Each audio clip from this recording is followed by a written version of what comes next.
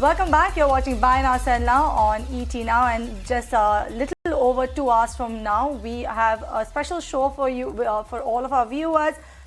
This is your road towards financial independence, and we will talk about various aspects on that show at 1:30 p.m. We will talk about the power of compounding, the best asset allocation strategy that one should adopt, as well as is it better to start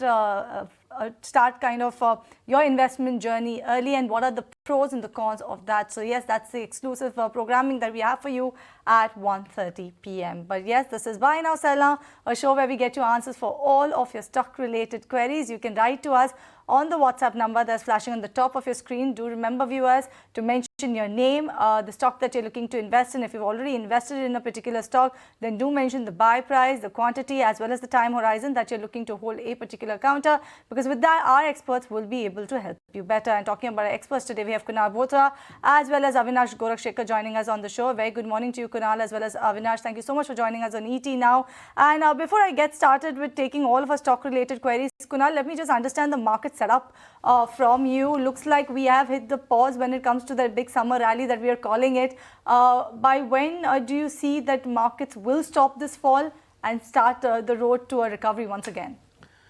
Good morning, first of all. So I think the setup this time around is different than what we have seen for the previous corrections for the indices, because this time around most of the global indices are also going into a bit of a negative kind of a trend over the very short term time frame.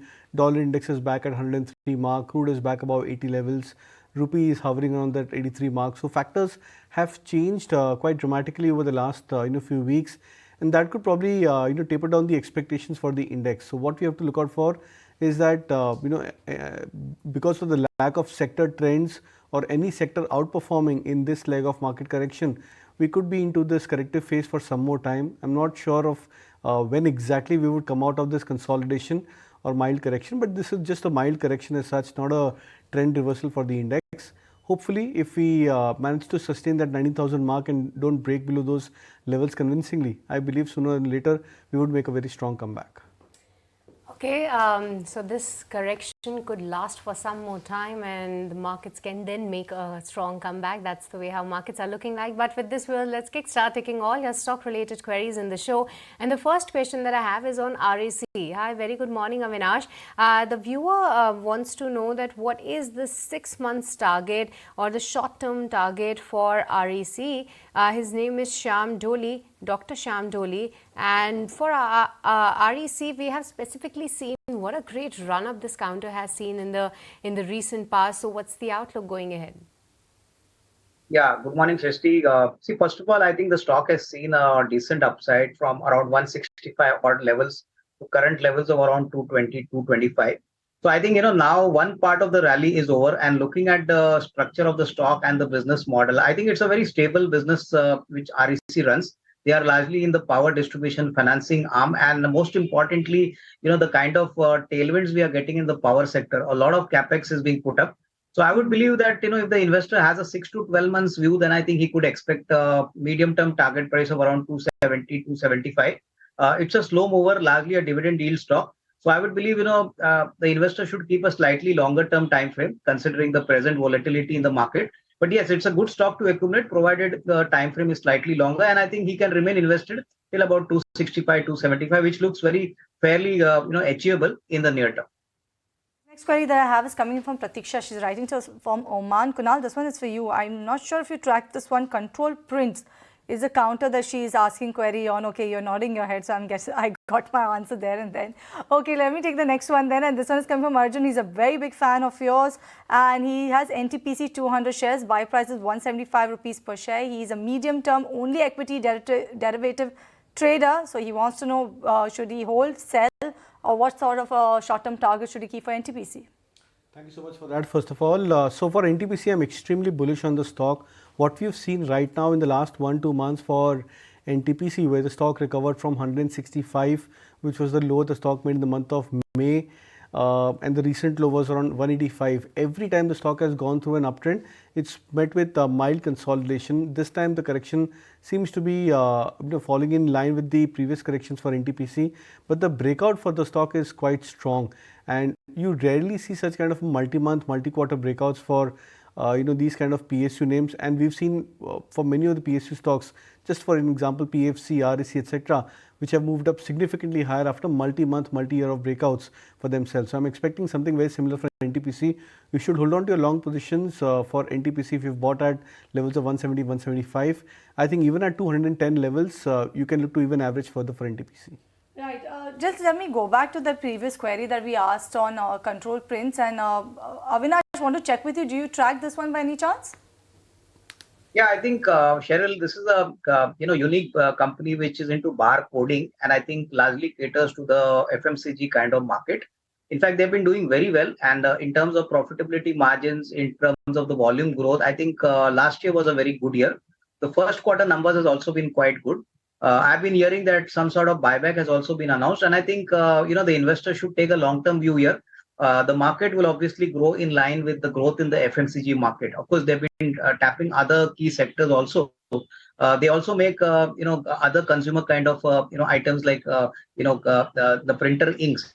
Supply printers as well as printer inks to their clients. So I think this is also a growing segment, and I think very little competition from the domestic market. So I think all said and done, a long-term view can definitely be kept here, provided the investor can hold on for the next 12, 18 months. So good long-term prospects. So continue to hold if the investor already has it. Moving on, and Avinash, the next question is from Satya, and he's already holding 4 counters in his portfolio. Majority of them are at a mild losses right now, and he wants to know that which one amongst them he should accumulate more at this point in time. The names include Reddington, his buy price is 160 rupees, Genus Papers at a price of 17 rupees, Granules, his buy price is 300 rupees, and GNFC at a price of 566 rupees. So what will be your advice? No, I think my sense is GNFC as well as Reddington. These are two companies which we believe can have the ability to bounce back. GNFC is down because there has been a dip in TDI prices by almost 15% odd. But I believe it's the only player in India has a very large consumer base, and hopefully over the next 6 to 12 months, a recovery could be coming. As far as Reddington is concerned, this quarter was little unimpressive, a little disappointing on the EBITDA margins. But I think the kind of geographical network they have. And obviously a debt-free balance sheet plus a very strong kind of positioning, with a lot of electronic products and consumer durable products. So I think definitely a bounce back would come in. So here in these two companies, you can accumulate since, the buying price is much above the existing current market price. But for the other two companies, I think it's avoidable. I would believe these two companies can be exited. All right. This next one is coming from Anand. Then he's writing to us from Gurgaon and Kunal. He has 300 shares of IndusInd at the price of 1,150 rupees per share. He wants to know whether he should add, hold or exit or move his holding into Tata Motors, which he already, should he move it to Tata Motors or any other alternative you have? He's a short to medium term trader. So IndusInd Bank, he wants to know what should he do with his holding, and would you advise him to move that money from IndusInd to Tata Motors or any other alternative? So first of all, shifting of course cross sector would require a lot of conviction on other stocks, because a stock like Tata Motors, for example, has to outperform IndusInd Bank by a good margin for that shift to be made, because it also acts off balances your portfolio in terms of sector allocation. But talking about the two names, IndusInd Bank, I think it's still a reasonably strong chart. I don't see any reason why you should look to switch from IndusInd Bank to other stocks, because relatively the risk reward has to be favorable if you're looking to enter a stock like Tata Motors at current levels, which I believe is not the case as of now. IndusInd Bank has still been an outperformer of sorts with respect to the private sector banking stocks in this last 2-3 months of price uptrend. So I would suggest to stay put with IndusInd Bank as of now. Okay, stay put with IndusInd Bank. That's the advice coming in. But with this, viewers, it's time to slip into a short break. But don't go anywhere. We'll be right back.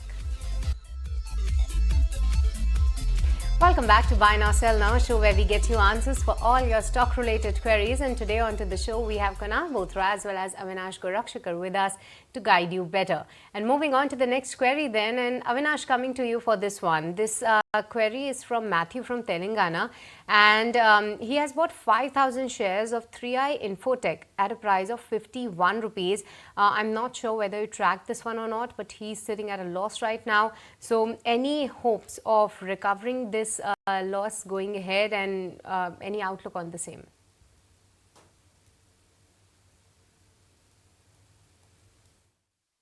Query is for you. I guess you are on mute.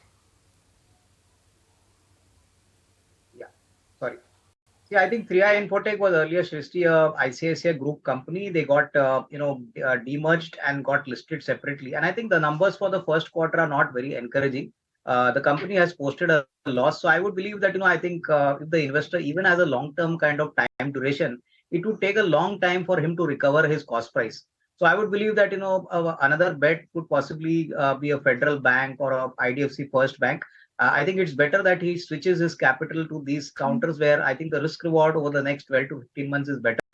For 3i Infotech, we don't think that the traction is going to be very strong in FY24, and therefore I think it's unlikely to outperform the market. So I think a switch would be better. So he could look at Federal Bank or IDFC First Bank, where I think his capital could generate a better alpha over the next 12 to 15 months. One is coming in from RS Mundada, writing to us from Pune. Kunal, this one is for you. He's asked me a couple of stocks, but you can take your pick and tell us which one you want to talk about. One is he has 200 shares of Aptus Value at 270 rupees per share, Radiant Cash at a price of 101 rupees per share, and Novartis 100 shares at a price of 910 rupees per share. Out of these counters, which one do you think has better prospects for the next 1 year? What should he do with his holding? Well, I think out of the three, two of them I do track, Aptus as well as Novartis. Aptus I think is at 270 levels, been an underperformer of sorts in the last, I think, 1.5 odd year post listing. I think 380 was the high for the stock, and the current price is around 270 odd mark, which means that the stock has not performed as well as per the expectation. So I would probably expect that if you're looking to buy, this may not be the best stock to buy. Novartis on the other hand, I think that stock is looking fairly attractive. Trading now at 728 mark. The recent high for the stock was around 900, which was just I think around few weeks back, and from there the correction has been very sharp. But then you have to also look at the prior 2 months or 3 months low for Novartis, where the stock was at 550 levels, which means that the stock had gone through a fierce rally on the upside, and then a sharp correction at place. This could be actually a very good time to buy the stock, expecting the stock to break out back about that 900 levels, hopefully in the next 3 to 6 months. Okay, moving on, and Kunal, once again coming to you, this query is from Geeta. She's from Dubai, and she's wishing the whole of etnow team a very happy Independence Day. Happy Independence Day to you, Geeta, as well. But Kunal, she has bought shares of Maruti Suzuki. She's holding the shares from a price of 9,600 rupees, currently at a loss, but she can hold it for the next 1 to 3 years.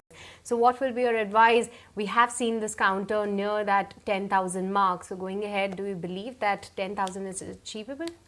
See, I think Maruti has been a bit of an underperformer from the entire auto pack in the last 3 months, as well as over the last 12 months of this price action rally as compared to many of the other auto peers. Now that also indicates that maybe it could be time that the stock may play a catch up pretty soon. Now the fact that the stock had broken past about the previous size of 10,000 could probably be an indication that maybe the stock can restart the rally pretty soon.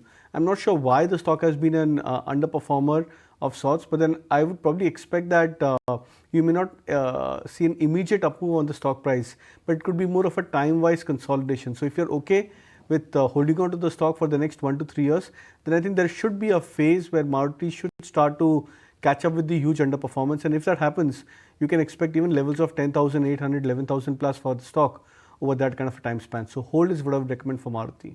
Okay, this one's come from Tushar. He's writing to us from Delhi. Avinash, he wants to know about Genus Power. Do you track this one for the longer term? If Tushar needs to go ahead and buy right now, do you think it makes sense? Yeah, I think Genus Power, the stock has risen quite significantly. Genus Power is into smart meters, and recently, they got a very large order of almost 1,500 crores. The product is definitely very innovative, and now most of the power electricity boards are opting for smart meters as compared to manual meters. So the opportunity for growth is very significant. I would believe that the stock could be accumulated on some market declines, because the next couple of years order book is very strong, visibility is very strong. So I think in that aspect, Genus Power should do very well for FY24. But I think an ideal price would be to buy on correction. The stock has risen significantly, so that would possibly give a better alpha and a better ROI to the investor. Okay, Kunal, the next question is from Ajaya, and he wants to know that have you changed your stance in granules as well as AB Capital? He must be following you since a while now. So wants to know what should be the strategy in both of these counters and the outlook. No, I think both of these stocks have actually gone through their individual phases of correction. Granules, the correction has been more sharp, and that purely is because the stock had been an underperformer from the pharma pack. But then I think this recent correction has probably placed the stock back at attractive levels of 289 to 90 where it's trading right now. So I think it looks fairly attractive. AB Capital, I think, should probably go into a further time-wise corrections. We've been bullish on AB Capital since 115, 120 odd mark. Now at 180 levels, we have in terms of the buffer is still there for AB Capital. So even if it goes through another 1 month of time-wise correction, I think that should be a good enough time-wise correction for AB Capital. The long-term charts are looking extremely bullish on the stock price. It's a matter of now time as well as patience in terms of AB Capital, and I would probably believe that should pay off pretty well if you're a long-term investor. All right, this next one that I have is coming in from Avijit. He's writing to us from Delhi, and he has a lot of stocks in his portfolio, but they are underperforming from the price that he's bought for a long-term portfolio. He's actually bought Tarsan Products at 732, Jubilant Foodworks at 586. He's also got Happiest Mind at 995 rupees per share. So some of these stocks are actually off. Actually, all of them are off his buy price. Avinash, he wants to know, out of these counters, what should he try and exit? Should he go ahead and reallocate capital somewhere else? What sort of strategy should he adopt for his portfolio right now? Tarsans, Jubilant Food, as well as Happiest Minds. I think as far as Tarsan Products and Jubilant Foods is concerned, I think he can hold on. I think good numbers should come in over the next 8 to 12 months. And I think the business model of both these companies is pretty solid. So I would assume that, if he has a time frame of at least 12 to 18 months, I think he can hold on to Jubilant Foods and Tarsan Products. And which was the third company, Cheryl? It was Happiest Minds. Yeah, I think as far as Happiest Minds is concerned, I think there could be a little more challenge, because headwinds in the IT space, especially the digital space where Happiest Minds operates, is a little more challenging. So I would believe that, at higher levels or even at the current odd levels, he could exit Happiest Minds and hold on to Tarsan and Jubilant Foods. Exit Happiest Minds also is what he's saying. But Kunal, talking about Happiest Minds, actually Sunny also has Happiest Minds, and I believe he already has this in the portfolio, because he's asking at what price can he add on to this particular stock. So not as of now, maybe another 5% on the downside, say closer to 840, 845 mark. That could actually be a better zone to buy. The indicators are not yet extremely oversold for Happiest Minds, and that is the only point of deliberation, because I think if the indicators get into an oversold is where we'll see the demand coming back again. So maybe I think around 840, 845 is where I would suggest to add Happiest Minds if in case the stock corrects to those levels. Okay, so that's the take coming in on Happiest Minds, but let's move on and let's shift focus to Raymond's now. This time around, it was not a great set by the company, because the margins have declined 96 basis points on a YY basis, while the profit has seen a jump substantially, and EBITDA is also a bit down on a YY basis. So what were the factors that played the role in this particular earnings? Let's try and understand that with Mr. Amit Agarwal, who is the Group CFO at Raymond's Limited. Hi Amit, and thank you so much for your time to ET Now. Firstly, the commentary for many companies suggests that the discretionary demand has been hit. Is that the case with you too? And how do you see the demand panning out through the rest of the years, and what's the top line growth that you envisage? I think, let me give you the perspective that the way we have seen that since February, there has been a weakness in the demand because of the various factors. First, you had the rain impact, and then followed by excessive heat, and then a lot of rain in the northern India, which they had the challenges. And the number of days of weddings were also slightly lesser, and people have shifted because of these factors their weddings from a summer season to a winter season. So as far as that is concerned, generally has been the environment, and the first quarter is always a weaker quarter in the seasonally adjusted basis. Now, however, if you look at our numbers compared to the last year, we have been able to deliver growth exactly in the consumers-led businesses, whether it is branded apparel, where we have demonstrated a big growth because of the way we have put together our product basing on the casualization and the premiumization. And we also have seen a bit of a demand surge in our branded suitings business, branded suitings and branded shirtings business, because we are capturing a larger market. So considering that aspect, we have been quite satisfied with the B2C business in the first quarter.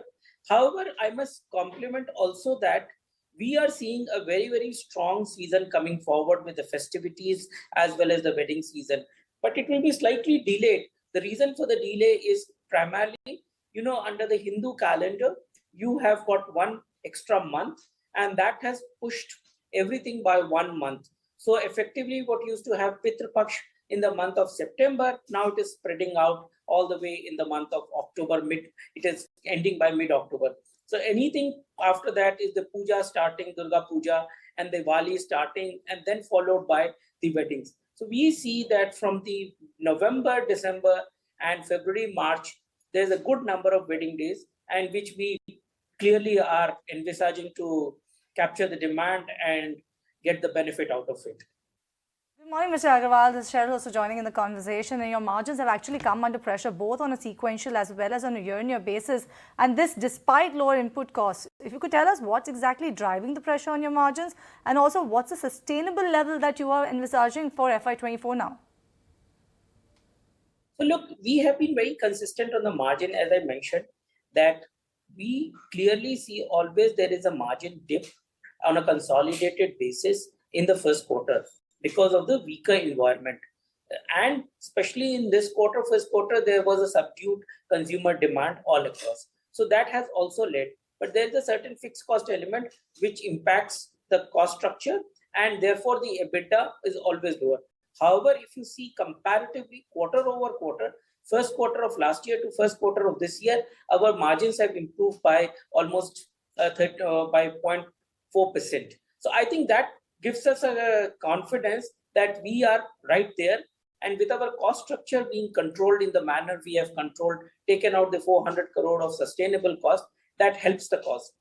Now, as we have always told, that around that 15% range, 15.5% range, we expect the EBITDA to come for the entire year for the fiscal 24 as well.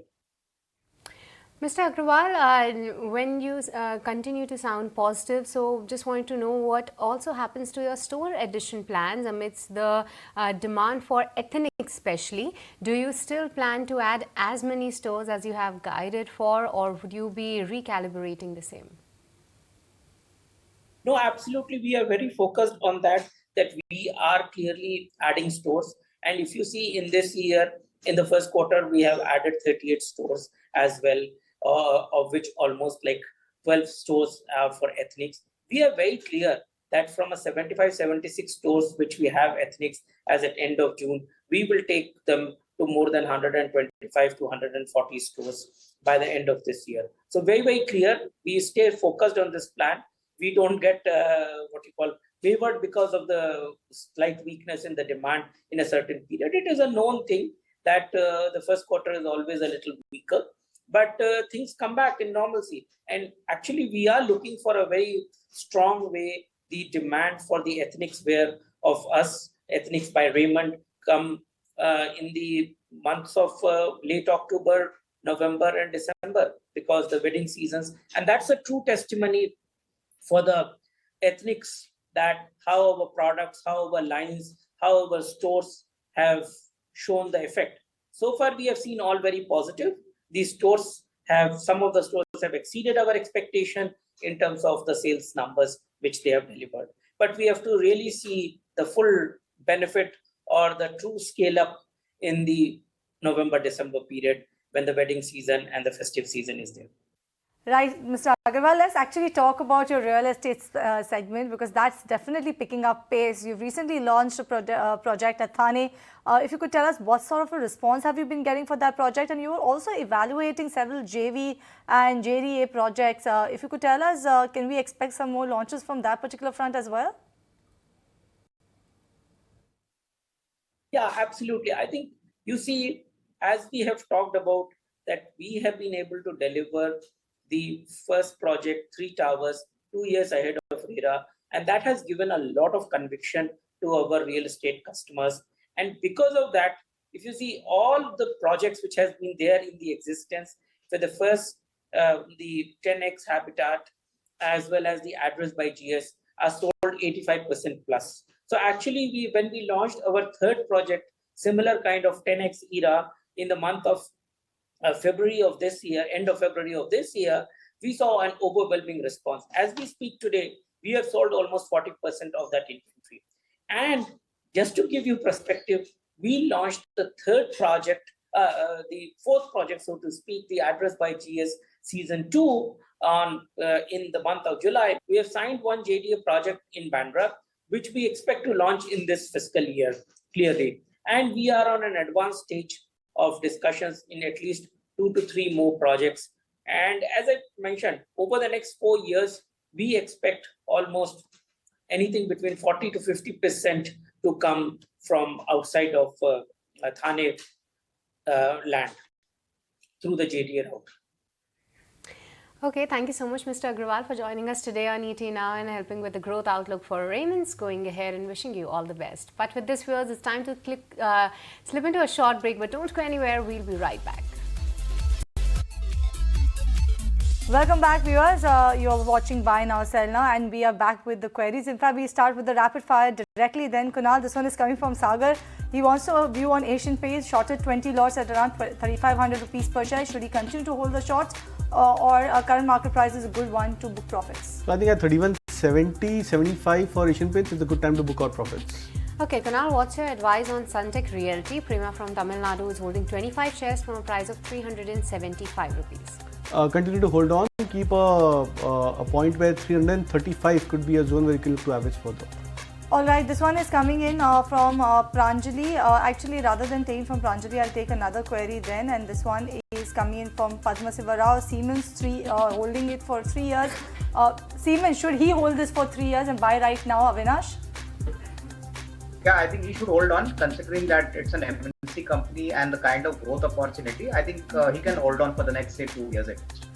Okay, Avinash, what's your outlook on Chennai Petro, Andhra Petro rather? Narayan from Chennai has bought the shares from a price of 82 rupees and the current market price is around 60 rupees. So should he book losses or stay put? I think he should hold on. I think it's a specialty chemical player, and I think the recent fall in specialty chemical stocks has also resulted in a stock fall for Andhra Petro. But numbers are pretty solid. So I think over the next, say, 6 to 12 months, he can hold on. Okay, this one is from Geeta writing to us from Dubai, and this one is this is Aditya Rupesh, who's Geeta's son and who's just as young as 11 years old, Kunal, and he is a new stock market investor, is what he's saying. One stock for the long term. Tough one, but then if you ask me, I think I'll still go with the likes of ICICI Bank as a formidable large cap name. Quite a tender age to start with, but Kunal, what's your outlook on Bharat Forge? This particular account has been buzzing. Pradeep from Kolkata has bought 20 shares from a price of 780 rupees. I think you should continue to hold on. All right, this one is coming in from Nagesh from Bengaluru. This one, he wants to know about SBI cards. He wants to buy for the month of August itself. Kunal, what's your take? I would not suggest to buy an SBI cards at current levels.